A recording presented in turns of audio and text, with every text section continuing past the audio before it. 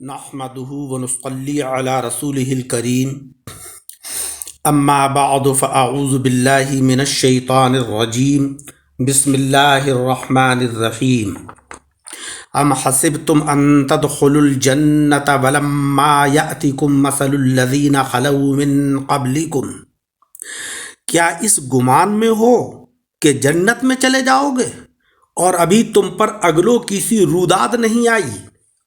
مستہم البأساء والضراء وزلزلوا، پہنچی انہیں سختی اور شدت اور ہلا ڈالے گئے، حتی یقول الرسول والذین آمنوا معه متی نصر اللہ الا ان نصر اللہ قریب، یہاں تک کہ کہہ اٹھے رسول اور ان کے ساتھ کے ایمان والے، کب آئے گی اللہ کی مدد؟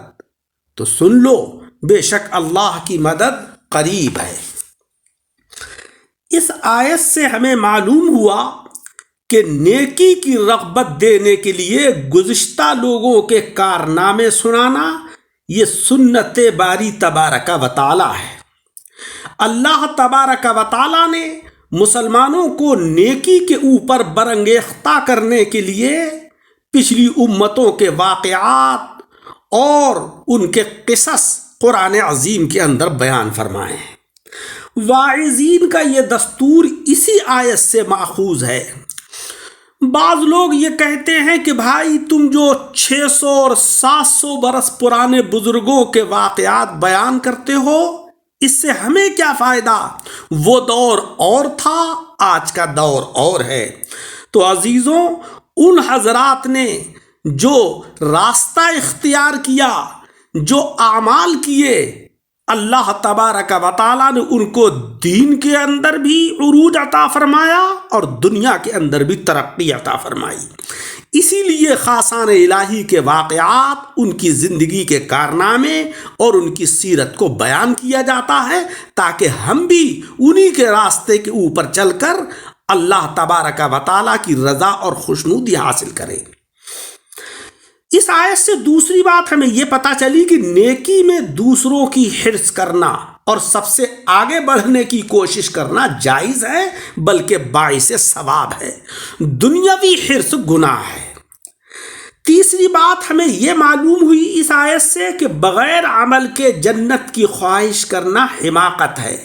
بے شک شفاعت اور اللہ کی رحمت حق ہے، مگر شفاعت اور رحمت باری تبارک و تعالی حاصل کرنے کے لیے نیک اعمال بھی ضروری ہیں۔ جو لوگ یہ کہتے ہیں کہ بھائی تم ہمارے عمل کو نہ دیکھو، یہ دیکھو کہ ہمارا کس سے تعلق ہے، ہم کن بزرگوں کی اولاد ہیں، تو بھائیوں، ان بزرگوں کی اولاد ہونا کافی نہیں ہے، بلکہ ان بزرگوں کے نقش قدم کے اوپر چل کر ان کی طرح معیاری شخصیت بننا یہ کافی ہوگا۔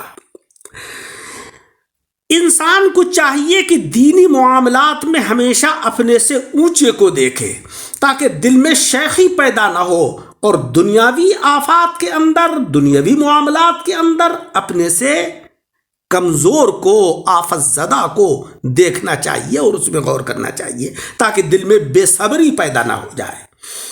دنیاوی رنج و غم اور پریشانی کا دل پر اثر ہونا یہ نبوت کے خلاف نہیں ہے۔ جس طریقے سے زہریلی اور نقصان دہ چیزوں کا اثر حضرات انبیاء کرام کے اجسام پر ہو سکتا ہے، اسی طریقے سے یہاں کی یعنی دنیا کی پریشانیوں کا اثر ان کے دل پر بھی ہو سکتا ہے۔ ہاں، کوئی پریشانی ان کو اپنی جگہ سے ہٹا نہیں سکتی ہے۔ اس آیت سے ہمیں یہ بھی معلوم ہوا کہ دنیاوی تکلیفیں اللہ رب العزت کی ناراضی کی علامت نہیں ہیں کہ صاحب اللہ تبارک و تعالی ناراض ہے اس لیے دنیا میں ہم تکلیفوں میں مبتلا ہیں۔ اسی طریقے سے یہاں کے آرام، یہاں کی آسائش، دنیا کی عیش و عشرت یہ رضا الہی کی دلیل نہیں ہے کہ صاحب ہمارا اچھا مکان ہے، ہم کسی اچھے عہدے پر فائز ہیں تو یہ ضروری ہے کہ صاحب اللہ بھی ہم سے راضی ہو، یہ کوئی دلیل نہیں ہے۔ بہت بار ایسا بھی ہوتا ہے کہ اللہ تبارک و تعالیٰ کے محبوبین کو غم اور دشمنوں کو راحتیں مل جاتی ہیں۔ بلکہ روح البیان شریف نے تو شروع سورہ کہف میں فرمایا ہے کہ رنج و غم ترقی کا زینہ ہے۔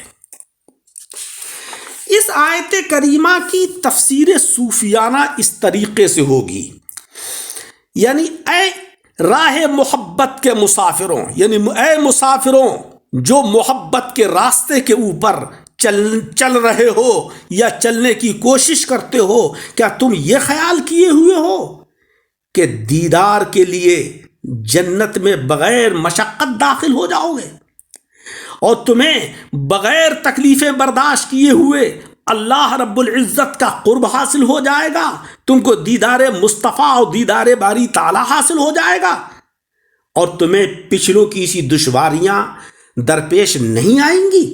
یہ کبھی خیال نہ کرنا۔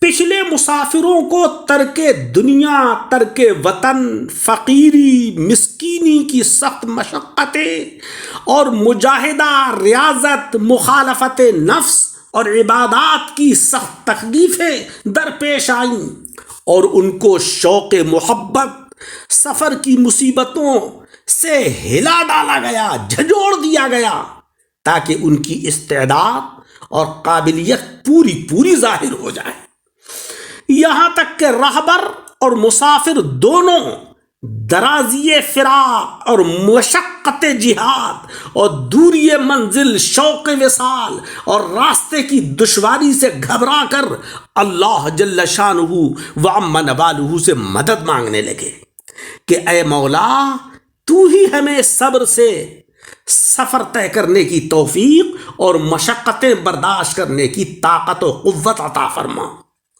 جب ان کی مشقتیں انتہا کو پہنچ گئیں، طاقتیں ختم ہو گئیں، تب ان کے کان میں غیبی آوازیں آئیں کہ گھبراؤ نہیں، منزل قریب ہے اور اللہ جل شانہ وعم نوالہ کی مدد آنے والی ہے۔ اور تبھی آثار جمال ظاہر ہوئے، حجاب اٹھے۔ جب تم دنیاوی کامیابیاں حاصل کرنے میں بڑی مصیبتیں جھیل جاتے ہو اور معشوق مجازی کے وصال کے لیے ہزاروں مشقتیں برداشت کرتے ہو تو یہ اخروی کامیابی ہے اور محبوب حقیقی کا وصال ہے۔ یہاں ہر کس و ناکس کا کام نہیں، بہت ٹھوک بجا کر آزمائش کر کے اہل کو بلایا جاتا ہے۔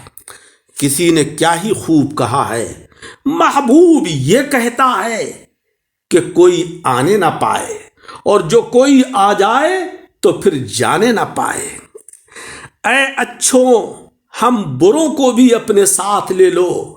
ہوا غبار کو بھی آسمان پر پہنچا دیتی ہے کہ جبکہ غبار ناچیز ہے، اس کی کوئی حیثیت نہیں ہے، مگر جب ہوا کے جھونکے آتے ہیں تو وہی غبار آسمانوں پر پہنچ جاتا ہے، وہی غبار فضاؤں کے اندر عروج و ارتقاء کی منزلوں پر فائز ہو جاتا ہے۔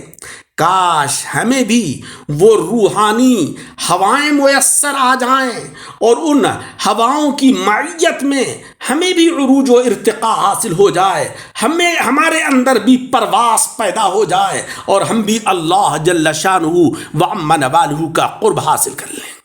میرے عزیزوں، 5 وقت کی نمازیں پڑھیے، رمضان کے مہینے کے روزے رکھیے، زکوٰۃ اگر فرض ہے تو زکوٰۃ دیجیے، حج کی استطاعت ہے تو حج کیجیے اور اپنی ذات کو اخلاق حسنہ کے ساتھ متصف کیجیے تاکہ اللہ تبارک و تعالیٰ کی رحمت کے دروازے ہمارے اوپر واہ ہو جائیں۔ یہی ہماری حقیقی ترقی اور اسی میں ہمارا عروج ہے۔ اللہ رب العزت مجھے اور آپ سب حضرات کو عمل کی توفیق عطا فرمائے، آمین بجاہ النبی الکریم۔ درس کو سن کر احباب کے ساتھ شیئر کریں اور ہمارے یوٹیوب چینل دعوت حق درس قرآن کو لائک اور سبسکرائب کریں۔